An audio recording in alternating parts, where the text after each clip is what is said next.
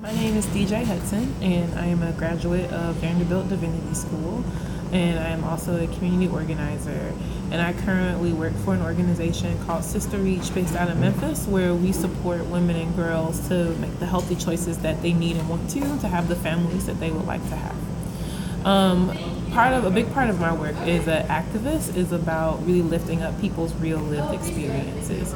When I was in divinity school, I studied a lot of womanist theology, which talks about how people read theology and spirituality and scripture through their own lived experiences, and how those experiences of Black women in particular are very specific and should be recognized and respected.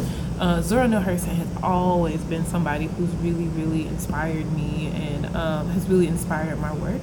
I love to read her literature, but I also think that there are a lot of different things that I learned from her that I incorporate into my work as a Black woman activist in the South. One of the things that really stood out to me is how she was intentional about writing about who she called the Negro lowest down. So while people in the Harlem Renaissance were celebrating people who were elite and rich and famous and gorgeous and young and beautiful and having all these great adventures, Zora Neale Hurston was really interested in writing about her people, the people she knew, who were people who were in the South, who were workers, who were day laborers, who were sharecroppers, and sometimes who were business owners, but mostly people who knew what it was like to struggle, people who didn't speak American Standard English. These were people who spoke vernacular. They spoke what we call these days Ebonics or hood speak or whatever. And those are my people too, and that's who I grew up around, and that's who shaped my worldview. So when I read Zora Neale Hurston, I was also reading the stories of my mom and my grandma, my great-grandma, and these women who taught me to be the activist that I am today.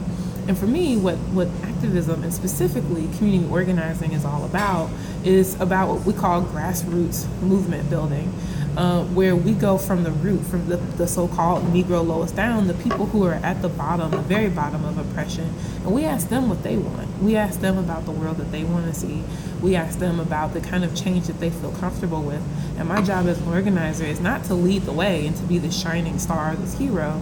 My job is to make sure that whatever it is those people identify that they need, that they get the tools, the empowerment, the encouragement, the resources to enact that change. Because at the end of the day, I always believe that they can do it.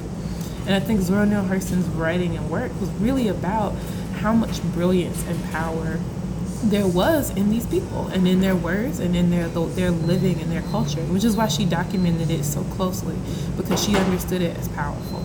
And to this day, I still understand it as powerful, and she stands as a fantastic example for me about what social change really looks like. It doesn't come from the top down. It doesn't come from the heroes, from the shining, gorgeous, beautiful, flashy people who are articulate and charismatic. It comes from the people lowest down, because those are the people who understand what struggle really looks like. And those are the people who have already created the methods that they really, truly need in order to make a difference in their world. So I'm super grateful to her for all her writing and her research, and for leaving us a really great gift about this alternative to what social change in Black communities can look like. Because everybody to this day still seems to be waiting for a Martin Luther King or a Malcolm X. But long before Martin Luther King or Malcolm X ever came along, Zora Neale Hurston taught us that everything that we needed to make a new world, every single one of us has it inside of ourselves. That, to me, is one of the most encouraging things ever.